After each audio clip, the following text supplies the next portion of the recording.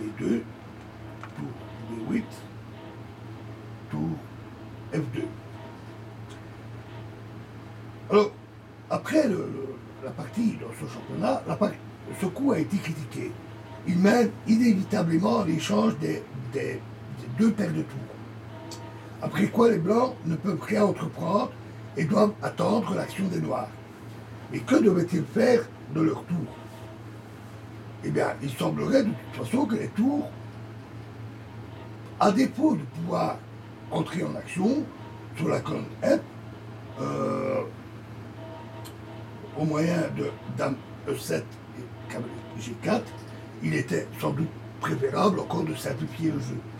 Dame E7, fou C2, G5, fou D2 et Dame E8. Un très bon coup. C'est là qu'on voit ce que Fischer veut faire avec sa dame. La dame se dirige vers G6 afin d'attaquer le pion E4 et de soutenir l'avance à l'aile roi. Ici déjà, ce coup aurait déjà pu être joué avant au lieu de Dame 7. Mais ici, un temps ne fait rien. Tout est figé, tout est bloqué. Ce qui importe, c'est que les Noirs n'aient pas besoin d'empêcher l'avance du pion D5. Après D6, le pion serait bloqué et de là facile à attaquer.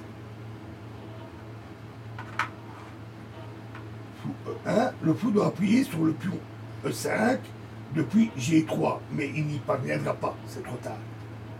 Dame G6, Dame D3 et cavalier H5. Un très bon coup. Maintenant, les simplifications.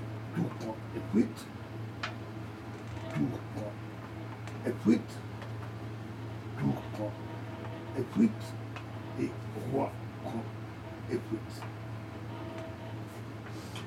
La fin approche tout doucement, mais de manière irrémédiable. À côté du plan blanc de la partie qui perd immédiatement, il y avait plusieurs autres possibilités. Si les blancs avaient joué fou G3, alors cavalier F4, fou prend F4, G prend F4 et D6. Sinon, les noirs bloquent le pion D5 avec le roi et mettent en branle leur majorité à l'aile roi. Dame E6, suivi de fou C6, roi E8, puis en D7, après avoir retiré le fou, et le pion D6 est perdu.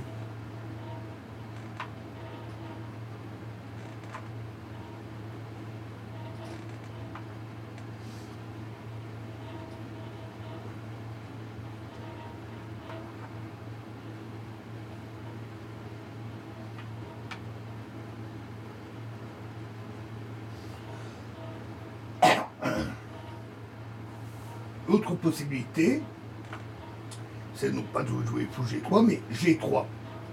Mais alors, roi E7, suivi de roi D6, cavalier F6, fou en E8, dame en H7, fou en G6, avec gain du pion E4. Sans G3, ce plan échoue évidemment à cause de la possibilité fou G3. Autre possibilité encore, avancer directement le pion D6. Le roi est ici, excusez-moi.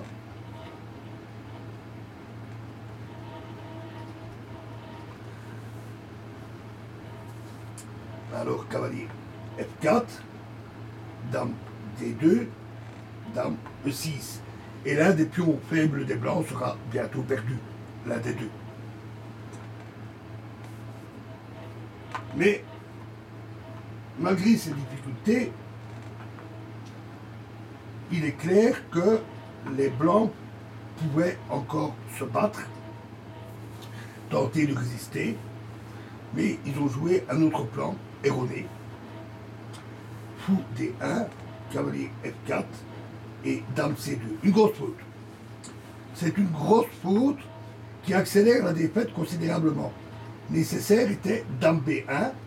Alors les noirs commencent à jouer le roi en C7, puis mettent en mouvement leur pion à l'aile roi. À ce moment-là, les blancs ne peuvent pas parer à toutes les menaces et les rois en même temps, et couvrir en plus leurs faiblesses en A4, C4 et E4. Mais il y aurait eu une sérieuse bataille qui aurait pris du temps. Mais ça, c'est une grosse faute, car fou prend A4. Alors ça, Spassky ne s'y attendait de toute évidence pas, et il a immédiatement abandonné.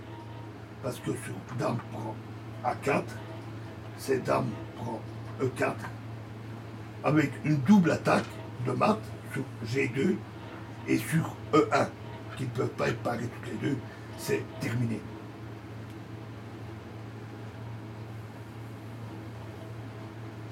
Alors, les pions doublés sont une gêne, et le désir d'échanger ces pions est parfois si fort qu'il arrive qu'on sacrifie un pion, afin d'éliminer une faiblesse stratégique et créer des colonnes ouvertes pour les pièces.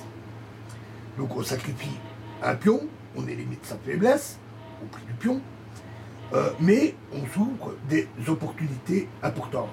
Et nous verrons un bon exemple dans la prochaine vidéo. Je vous remercie.